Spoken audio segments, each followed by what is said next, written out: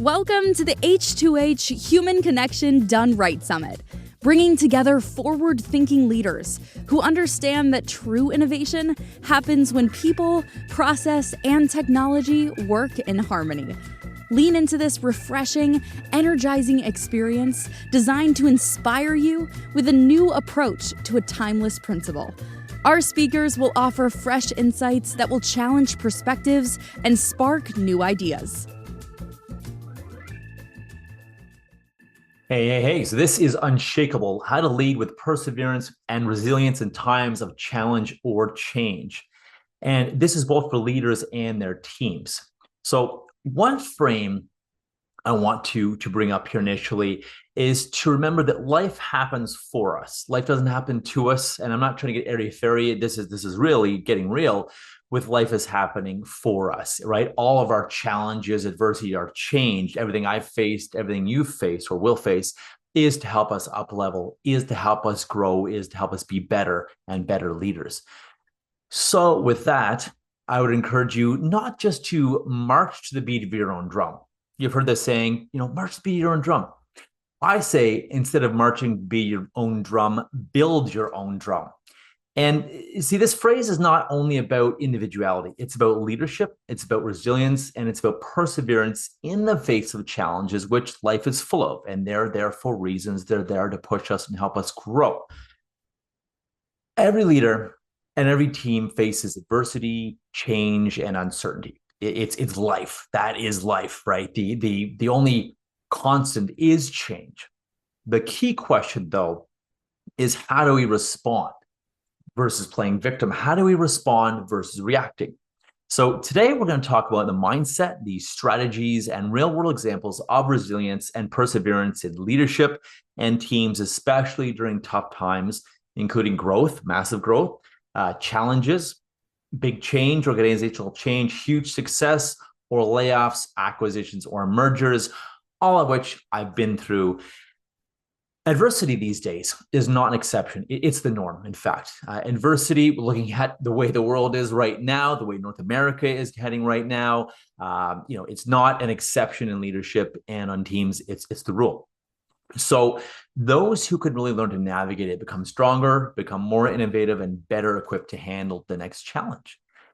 When I was at IBM, Novell and Lenovo, again, I went through with mergers, layoffs, acquisitions, massive growth in smaller companies like Platespin, and massive growth can be as much as a problem as a downturn, just in a different way. I've been through massive changes, growth, adversity, downturn in my own business for the past 12 years. And with my own life challenges with obesity, with mental health issues, chronic fatigue syndrome, and being intensely bullied when I was younger, leading to a lot of imposter syndrome and self-doubt to work on, and also me questioning, how the heck am I going to get things done when I can barely stay awake when doing the bare minimum exhausts me? So those are some questions I had asked myself, and realizing that, well, again, like I said before, life happens for us, not to us. Let's start by defining perseverance and resilience, in fact, before we really get into things. So perseverance is about commitment. It's about consistency. It's about grit. It's about sticking with a goal despite difficulties, despite, immense obstacles. It's about continuing no matter what. Zero excuses, zero tolerance for victim mindset, either in yourself or your teams or others. Now, resilience is the ability to adapt, to recover, and to thrive. Yes, to thrive after setbacks or perceived setbacks. Now, these qualities are essential for navigating uncertainty, whether it's economic uncertainty and economic downturns, industry disruptions, or either internal or external challenges, both to the business or ourselves. One example, easier for him to say.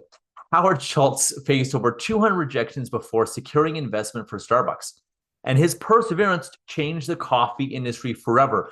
I just returned from Colombia, South America, and yes, there's lots of Starbucks there as well. So imagine if Howard Schultz has given up after 50, 100, or even 199 rejections. Ditto with Sir Richard Branson when asking banks for funding when he was founding the Virgin Group. or Thomas Edison's 2000 ways on how not to build a light bulb, right?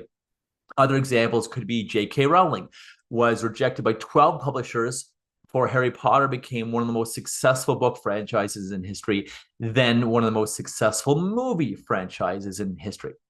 And J.K.'s resilience turned failure into opportunity. Now, leaders and teams that embody these traits don't just survive change, they use it as a catalyst for growth. And a funny metaphor, humorous metaphor for you, while remaining tactful with my language here, well, cow poop produces methane. Stay with me here. Cow poop produces methane. And methane is one of the fuels that the space shuttle gets launched on. It's one of the main fuels for most space shuttles. So this metaphor can show that turning crappy situations, pun intended, into rocket fuel is one of the ways that successful companies navigate and grow and rocket through adversity, right? So the role of leadership in cultivating resilience. Back at IBM, back at Novell, back at Lenovo and Platespin, a very small company that grew very, very, very quickly, I saw a couple things. One was that leaders set the emotional and strategic tone during adversity, right? They really set this tone, and their mindset, their behaviors, their actions and inactions, their fears and worries really influence how the teams react. There's a psychological term called transference, and it's science I'm talking about here. Your vibe, if you will, your mindset, your energy, the way you view something or think about something, your fears towards something will influence how others feel about them too. In fact, there was a scientific study done years ago about teachers, and they took a couple of teachers, two different teachers, and one different group of students. They said to one teacher, we feel really bad for you. Sorry, you're stuck with these students. You know, they're a bunch of dummies. You know, they try hard, but they're really not going far. Just give your best and try to get as many of them passed as you can. And as you can imagine, those students didn't do very well in the course. They did, in fact, very, very poorly in the course. Now, another teacher, they took the same group of students, and in this teacher's class, they said, you know what? I hope you're ready for this. These students are going to give you a run for your money. These students are bright. They're geniuses. They're the minds of tomorrow. And, I hope you're going to keep up to them. And because these students are amazing. And well, guess what happened? Yes, big surprise. The students did incredibly well. Big surprise. Through transference, right? It's that transfer, if you will, of that vibe, of that energy, the beliefs, the fears, the belief that something is good, bad, or otherwise, the belief that something is possible, the belief that something will succeed, will win, or that it's going to go down the toilet. That belief, that vibe, that feeling, that energy, scientifically proven, will literally go out to the other people on your teams. It also goes out to your customers as well.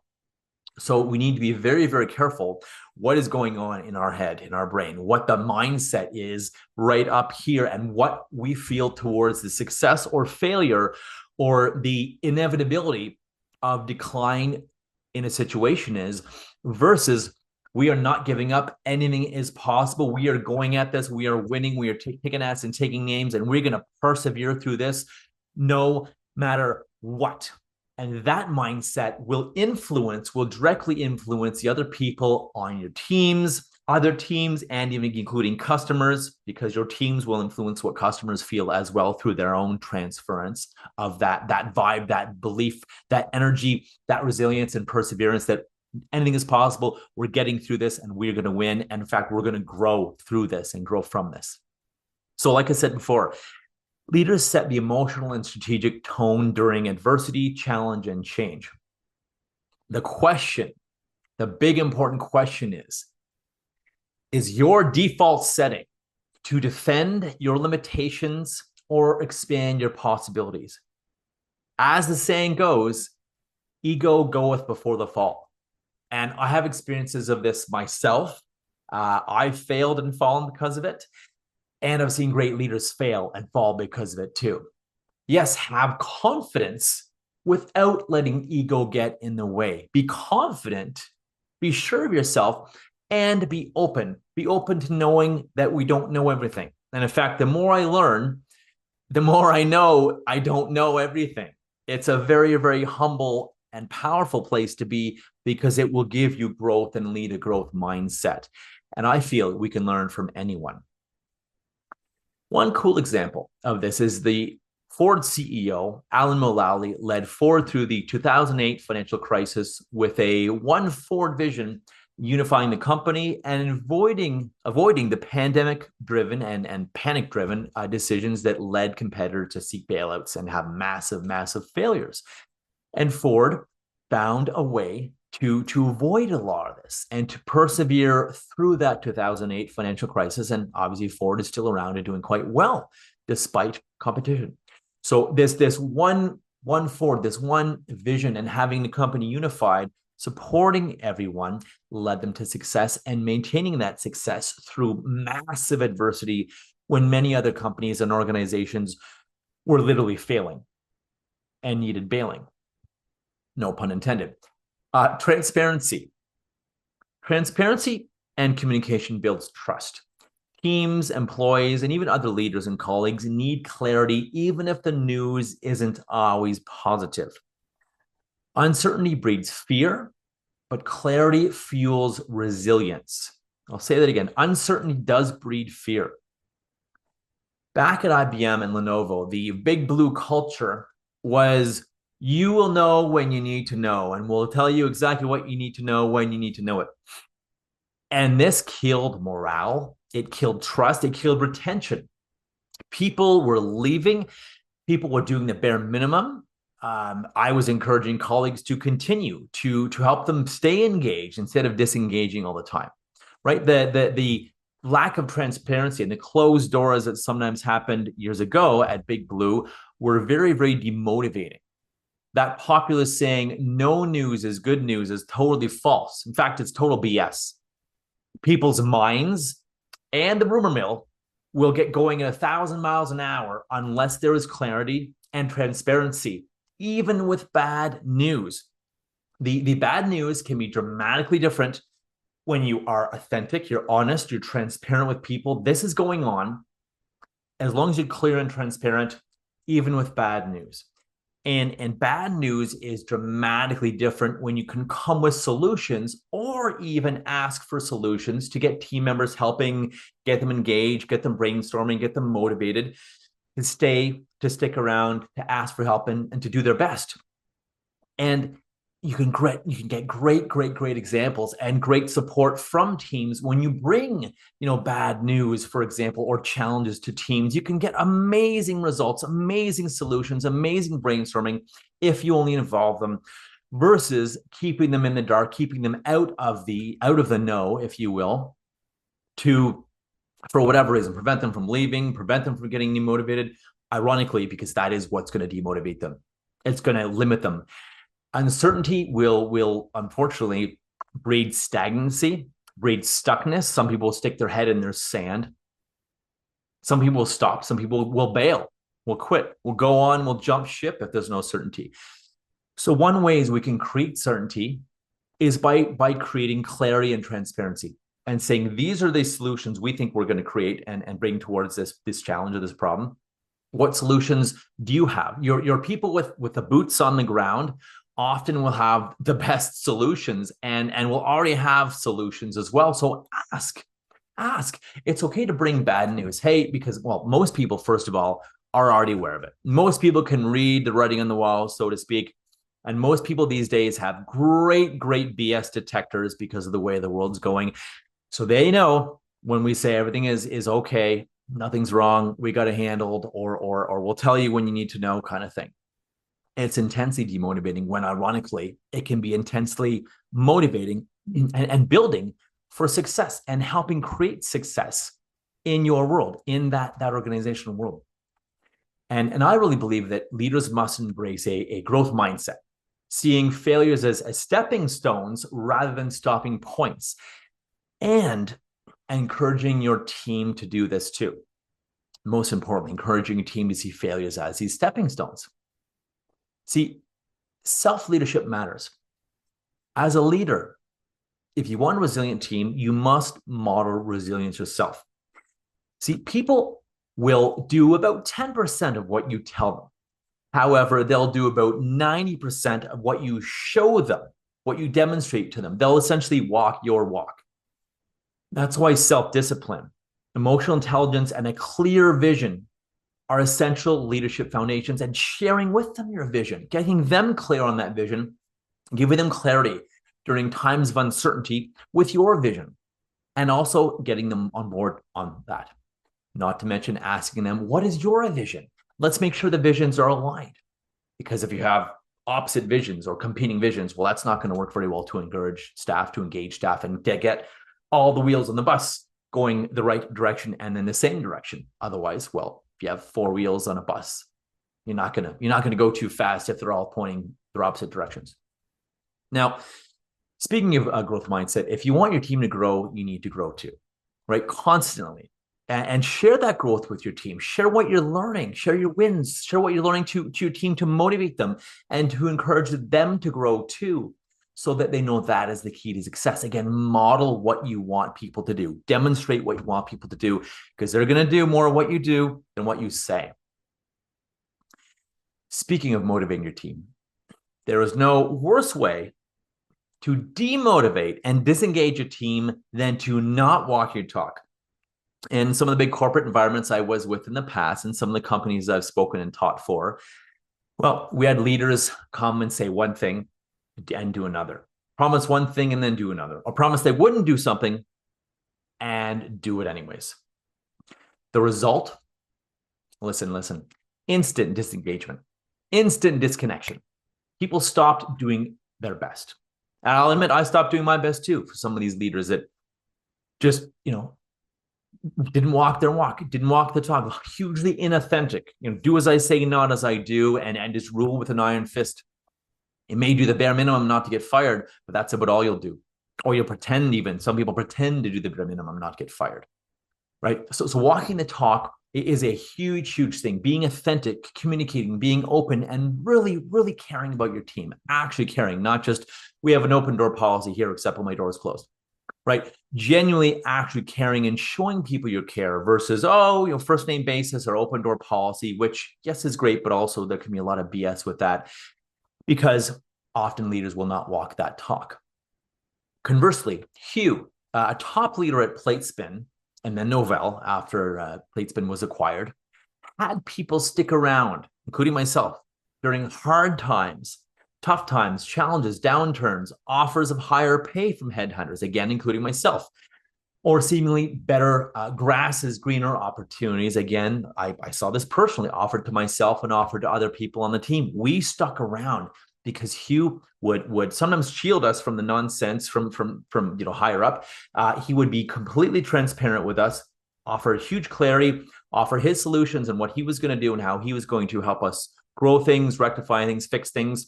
And also asking us for what are your opinions? You're my soldiers on the ground, he would always say. What do you think? What are your solutions? What do you know we already need to change? What have you come up with solutions already, but no one is listening to? I will listen. So Hugh was amazing. And he had people stick around and give their best during hard times, downturns, you name it. And even times of massive, massive growth as well for that little company, Platespin. A little known person named Nelson Mandela spent 27 years in prison, and he was constantly reading, studying, thinking, and reflecting instead of sitting there or watching TV or thinking, woe is me. And because of that, he emerged as a leader who unified a divided nation. His resilience and his choice, it's a choice, it's always a choice. Even not choosing, that is a choice. Nelson Mandela's resilience and his choice to grow and persevere through great adversity, be in prison for 27 years.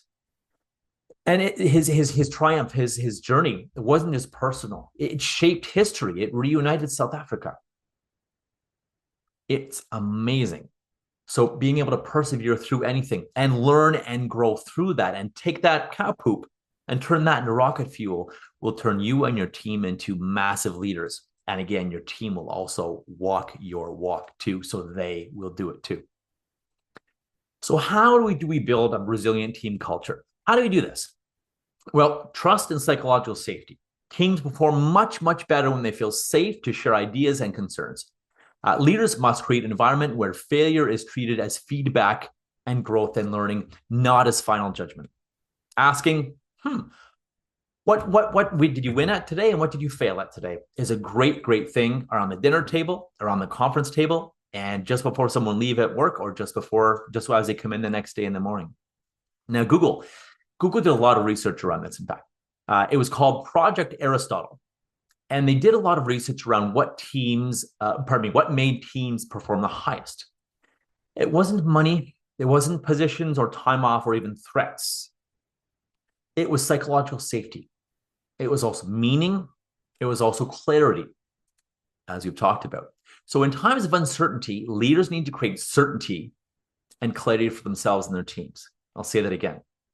In times of uncertainty, great leaders, businesses small and large, need to create certainty and clarity from themselves and their teams. Well, also, leaders in times of great challenge and change need to create meaning and impact in their work for themselves and for the work for their teams.